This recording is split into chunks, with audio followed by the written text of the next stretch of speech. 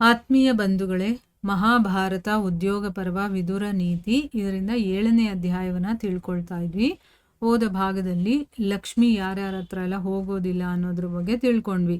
ಅಂದ್ರೆ ಯಾರು ಅತಿ ಶ್ರೇಷ್ಠರಾಗಿರ್ತಾರೋ, ಅತಿಶಯ ದಾಸಿಗಳಾಗಿರ್ತಾರೋ, ಅತಿ ಶೂರವೀರರಾಗಿರ್ತಾರೋ, ಅಧಿಕ ವ್ರತ ನಿಯಮಗಳನ್ನ ಪಾಲನೆ ಮಾಡುವಂಥವ್ರು, ಮತ್ತೆ ಬುದ್ಧಿಯ ಅಹಂಕಾರದಲ್ಲಿ ಮೆರೀತಾರಲ್ಲ ಅಂತ ಮನುಷ್ಯರ ಹತ್ರ ಲಕ್ಷ್ಮಿ ಭಯದಿಂದ ಹೋಗೋದಿಲ್ಲ ಅಂತ ಹೇಳಿದ್ದಾರೆ. ಮುಂದುವರೆದು ಹೇಳ್ತಾರೆ, ರಾಜಲಕ್ಷ್ಮಿ ಅತ್ಯಂತ ಗುಣವಂತರ ಹತ್ರ ಇರ್ತಾಳೆ. ಯಾರಲ್ಲಿ ಗುಣ ಇರುತ್ತೋ ಅವ್ರ ಹತ್ರ ಇರ್ತಾಳೆ, ಮತ್ತೆ ನಿರ್ಗುಣರ ಹತ್ರ ಅವಳು ಇರೋದಿಲ್ಲ. ಇವಳು ಬಹಳ ಗುಣಗಳನ್ನ ಬಯಸೋದಿಲ್ಲ. ಅಂದ್ರೆ ತುಂಬಾ ಇಂಥ ಗುಣ ಇರ್ಬೇಕು, ಅಂಥ ಗುಣ ಇರ್ಬೇಕು ಅಂತ ಅವಳು ಏನು ಇಷ್ಟಪಡೋದಿಲ್ಲ. ಮತ್ತೆ ಗುಣಹೀನರ ಬಗ್ಗೆ ಅನುರಾಗವನ್ನು ಕೂಡ ಇಡೋದಿಲ್ಲ. ಗುಣನೇ ಇಲ್ದೇ ಇರೋರ ಹತ್ರ ಅವಳು ಆಸೆನೂ ಇಟ್ಕೊಳ್ಳೋದಿಲ್ಲ. ಉನ್ಮತ್ತ ಗೋವಿನ ಹಾಗೆ ಈ ಕುರುಡಾಗಿರುವ ಲಕ್ಷ್ಮಿ ಅಲ್ಲಿ ಇಲ್ಲಿ ಇರ್ತಾಳೆ. ಈಗ ಒಂದು ಗೋವಿಗೆ ಉನ್ಮತ್ತತೆ ಬಂದ್ಬಿಟ್ಟಿದ್ರೆ ಅದು ಹೇಗೆ ಅಲ್ಲಿ ಇಲ್ಲಿ ಅಡ್ಡಾಡ್ಕೊಂಡಿರುತ್ತಲ್ಲ, ಆ ರೀತಿ ಲಕ್ಷ್ಮಿ ಕೂಡ ಅಲ್ಲಿ ಇಲ್ಲಿ ಇರ್ತಾಳೆ ಅಂತ ಹೇಳಿದ್ದಾರೆ. ಈಗ ಲಕ್ಷ್ಮಿ ಎಲ್ಲೆಲ್ಲಿ ಇರ್ತಾಳೆ ಏನು ಅನ್ನೋದ್ರ ಬಗ್ಗೆ ಹೇಳಿದ್ರು. ಈಗ ವೇದಗಳ ಫಲ ಅಗ್ನಿಹೋತ್ರ. ವೇದಗಳನ್ನು ಮಾಡಿದ್ರೆ ನಮ್ಗೆ ಏನು ಫಲ ಸಿಗುತ್ತೆ? ಅಗ್ನಿಹೋತ್ರವನ್ನು ಮಾಡುವಂಥ ಫಲ ಸಿಗುತ್ತೆ. ಶಾಸ್ತ್ರಾಧ್ಯಯನದ ಫಲ ಏನು? ಸುಶೀಲತೆ ಮತ್ತು ಸದಾಚಾರ. ಸ್ತ್ರೀಯ ಫಲ ಏನು ಅಂತಂದರೆ ರತಿಸುಖ ಮತ್ತು ಪುತ್ರ ಪ್ರಾಪ್ತಿ. ಮತ್ತು ಹಣದ ಫಲ ಏನು ಅಂತಂದರೆ ದಾನ ಮತ್ತು ಉಪಭೋಗ. ಅಂದರೆ ದಾನನೂ ಮಾಡ್ಬೋದು, ನಾವು ಭೋಗಿಸ್ಬೋದು. ಯಾರು ಅಧರ್ಮದ ಮೂಲಕ ಸಂಪಾದನೆ ಮಾಡಿರುವಂಥ ಹಣದಿಂದ ಪರಲೋಕ ಸಾಧಕ ಯಜ್ಞಾದಿ ಕರ್ಮಗಳನ್ನು ಮಾಡ್ತಾನೋ ಅವನು ಸತ್ತ ನಂತರ ಅದರ ಫಲವನ್ನು ಪಡೆಯೋದಿಲ್ಲ. ನೋಡಿ, ಅಧರ್ಮ ಮಾಡಿಬಿಟ್ಟು ಈಗ ನಾವು ಈ ಲೋಕದಲ್ಲಿ ನೋಡ್ತೀವಿ, ರಾಜಕೀಯದಲ್ಲಾಗಿರ್ಬೋದು, ಬೇರೆ ಬೇರೆ ಫೀಲ್ಡಲ್ಲೂ ಕೂಡ ಮೋಸ ಮಾಡಿ ಹಣ ಸಂಪಾದನೆ ಮಾಡ್ತಾರೆ. ಗೊತ್ತಿರುತ್ತೆ ಅವ್ರಿಗೆ ನಾವು ಮೋಸ ಮಾಡಿ ಸಂಪಾದನೆ ಮಾಡ್ತಾ ಇದ್ದೀವಿ ಅಂತ. ಅದನ್ನು ಸರಿ ಮಾಡ್ಕೊಳ್ಳೋದಕ್ಕೋಸ್ಕರ ತಿರುಪತಿ ಹುಂಡಿನಲ್ಲಿ ಒಂದಷ್ಟು ಹಾಕ್ಬಿಡೋದು, ಅಥವಾ ಎಲ್ಲೋ ಒಂದು ಕಡೆ ಆಶ್ರಮವನ್ನು ಸ್ಥಾಪನೆ ಮಾಡಿಬಿಡೋದು, ಆಮೇಲೆ ದಾನ ಧರ್ಮ ಮಾಡೋದು, ಇದೆಲ್ಲ ಮಾಡ್ತಾರೆ. ಯಾಕೆ ಆ ರೀತಿ ಹಣ ಸಂಪಾದನೆ ಮಾಡಬೇಕು, ಯಾಕೆ ಈ ರೀತಿ ಖರ್ಚು ಮಾಡಬೇಕು? ಅದರಿಂದ ಅಂತೂ ಫಲ ಅಂತೂ ಬರೋದಿಲ್ಲ ಅಂತ ಹೇಳ್ತಾ ಇದ್ದಾರೆ ಇಲ್ಲಿ. ಅಂದರೆ ಏನು? ನಾವು ಅಧರ್ಮದಿಂದ ಸಂಪಾದನೆ ಮಾಡಿರುವ ಹಣದಿಂದ ನಾವು ಎಂಥ ಯಜ್ಞಗಳನ್ನೇ, ಹೋಮಗಳನ್ನೇ, ದಾನ ಧರ್ಮಗಳನ್ನೇ ಮಾಡಿದ್ರೂ ಕೂಡ ಅದರಿಂದ ನಮಗೆ ಫಲ ಅನ್ನೋದು ಬರೋದಿಲ್ಲ. ಯಾಕೆ ಅಂತಂದರೆ ಅವನಿಗೆ ಆ ಹಣ ಕೆಟ್ಟ ಮಾರ್ಗದಿಂದ ಬಂದಿರುತ್ತೆ. ಘೋರವಾದ ಕಾಡಿನಲ್ಲಿ, ದುರ್ಗಮವಾದ ಮಾರ್ಗದಲ್ಲಿ, ಕಠಿಣವಾದ ಆಪತ್ತಿನ ಸಮಯದಲ್ಲಿ, ಗಾಬರಿಯಲ್ಲಿ ಮತ್ತು ದಾಳಿ ಮಾಡಲು ಶಸ್ತ್ರವನ್ನು ಹಿಡಿದಿರುವಾಗಲೂ ಕೂಡ ಮನೋಬಲ ಇರುತ್ತಲ್ಲ, ಅಂಥ ಮನುಷ್ಯನಿಗೆ ಭಯ ಅನ್ನೋದಿರೋದಿಲ್ಲ. ನೋಡಿದ್ರ ಅವನಲ್ಲಿ ಮನೋಬಲ ಇರುತ್ತೆ.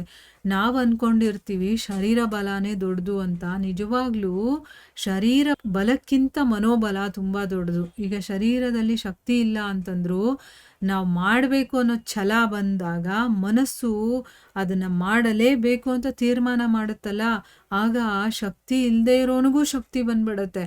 ಅಂದರೆ ಆ ಮನಸ್ಸಿಗೆ ಅಷ್ಟೊಂದು ಬಲ ಇದೆ ಅಂತ ಅರ್ಥ. ಅದಕ್ಕೆ ಇಲ್ಲಿ ಹೇಳ್ತಾ ಇದ್ದಾರೆ, ಘೋರವಾದ ಕಾಡಲ್ಲಿ ನಡ್ಕೊಂಡು ಹೋಗೋದು ಅಂತಂದರೆ ಏನು ಸುಮ್ಮನೆನಾ?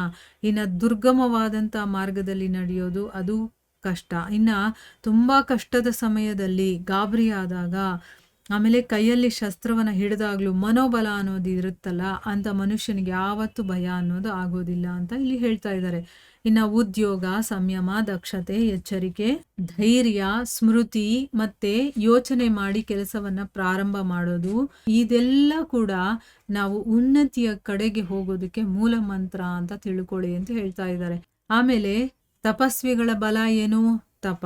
ವೇದವೇತ್ತರ ಅಂದರೆ ವೇದಗಳನ್ನು ತಿಳ್ಕೊಳ್ತಾರಲ್ಲ, ಅವ್ರ ಬಲ ಏನು ಅಂತಂದ್ರೆ ಆ ವೇದನೇ ಅವ್ರ ಬಲ. ಅಸಾಧುಗಳು ಅವರ ಬಲ ಏನು ಅಂತಂದ್ರೆ ಹಿಂಸೆ ಮಾಡೋದು ಅಲ್ವಾ. ಸಾಧು ಅಂತಂದ್ರೇನೆ ಬೇರೆಯವ್ರಿಗೆ ಹಿಂಸೆ ಆಗೋದು ಅವರು ಸಹಿಸ್ಕೊಳ್ಳೋದಿಲ್ಲ. ಅಸಾಧುಗಳು ಅಂತಂದ್ರೆ ಏನು? ಅವರ ಬಲಾನೇ ಹಿಂಸೆ. ಮತ್ತೆ ಗುಣವಂತರ ಬಲ ಏನು? ಕ್ಷಮೆ. ಯಾಕೆ ಅಂತಂದ್ರೆ ಗುಣವಂತರು ಅಂತಂದ್ರೆ ಏನು? ಎಲ್ಲ ತಿಳ್ಕೊಂಡಿರ್ತಾರೆ ಅವ್ರು, ಅದಕ್ಕೆ ಅವರು ಕ್ಷಮಾಗುಣವನ್ನ ಇಟ್ಕೊಂಡಿರ್ತಾರೆ. ಸೊ ಅದಕ್ಕೆ ಗುಣವಂತರ ಬಲ ಕ್ಷಮೆ. ನೀರು, ಮೂಲ, ಫಲ, ಹಾಲು, ತುಪ್ಪ, ಬ್ರಾಹ್ಮಣರ ಇಚ್ಛೆ ಪೂರ್ತಿ ಮಾಡೋದು, ಮತ್ತೆ ಗುರುವಿನ ವಚನ, ಮತ್ತೆ ಔಷಧಿ. ಈ 8ರಿಂದ ವ್ರತದ ನಾಶ ಆಗೋದಿಲ್ಲ. ಈಗ ನಾವು ಏನಾದರೂ ಒಂದು ವ್ರತ ಮಾಡ್ತಾ ಇರ್ತೀವಲ್ವಾ, ಅದರಲ್ಲಿ ನೀರನ್ನು ತಗೊಂಡಾಗ ಗೊತ್ತಿಲ್ಲದೆ ಅಥವಾ ನಮ್ಗೆ ಆಗಲಿಲ್ಲ ಅಂತಂದ್ಬಿಟ್ಟು ನೀರು ತಗೊಳ್ಳೋದು. ಮೂಲ ಅಂದರೆ ಕಂದ ಮೂಲ ಫಲಗಳಿರುತ್ತಲ್ಲ ಅದು, ಫಲ ಅಂದರೆ ಹಣ್ಣು, ಆಮೇಲೆ ಹಾಲು, ತುಪ್ಪ, ಆಮೇಲೆ ಬ್ರಾಹ್ಮಣರು ಏನಾದರೂ ಇದನ್ನು ಮಾಡು ಅಂದಾಗ ಅವರ ಇಚ್ಛೆಯನ್ನು ಪೂರ್ತಿ ಮಾಡೋದು, ಮತ್ತು ಗುರು ಹೇಳ್ದಾಗೆ ಕೇಳೋದು. ಅವರು ವ್ರತದಲ್ಲಿ ಏನಾದರೂ ಚೇಂಜಸ್ ಮಾಡೋಕ್ಕೆ ಹೇಳ್ತಾರೆ ಅಂತ ಇಟ್ಕೊಳ್ಳಿ, ಆಗ ಅವ್ರು ಹೇಳ್ದಂಗೆ ಕೇಳೋದಿದೆಯಲ್ಲ ಅದು, ಮತ್ತು ಔಷಧಿಯನ್ನು ತಗೊಳ್ಳೋದು. ಈ 8 ಕೂಡ ವ್ರತವನ್ನು ನಾಶ ಮಾಡೋದಿಲ್ಲ ಅಂತ ಹೇಳ್ತಾ ಇದ್ದಾರೆ. ಆಮೇಲೆ ಯಾವುದು ನಮಗೆ ಪ್ರತಿಕೂಲ ಅನಿಸುತ್ತೋ, ಅಂದರೆ ವಿರುದ್ಧ ಅನಿಸುತ್ತೋ, ಇದು ಅಯ್ಯೋ ಇದನ್ನು ಮಾಡಿದ್ರೆ ಸರಿ ಹೋಗಲ್ಲಪ್ಪ ಅಂತ ನಮಗೆ ಅನಿಸುತ್ತೋ, ಅಂದರೆ ಬೇರೆಯವರು ಕೂಡ ನಮಗೆ ಅದನ್ನು ಮಾಡಬಾರ್ದು ಅಂತ ನಾವು ಇಷ್ಟಪಡ್ತೀವಲ್ವ, ಅದನ್ನು ನಾವು ಕೂಡ ಬೇರೆಯವರಿಗೆ ಮಾಡಬಾರ್ದು. ಅಂದರೆ ನನಗೆ ತೊಂದರೆ ಅಂದಾಗ ಅದು ಬೇರೆಯವ್ರಿಗೂ ಕೂಡ ತೊಂದರೆ ಕೊಡುತ್ತೆ ಅನ್ನೋದು ನಾವು ಯೋಚನೆ ಮಾಡಬೇಕು. ಈಗ ಬೇರೆಯವ್ರಿಗೆ ಗಲಾಟೆ ಮಾಡಬೇಡಿ ಅಂತಂದಾಗ ನಾನೂ ಕೂಡ ಬೇರೆಯವರು ಇದ್ದಾಗ ನಾನು ಗಲಾಟೆ ಮಾಡದೇ ಇರಬೇಕು ಅಲ್ವಾ.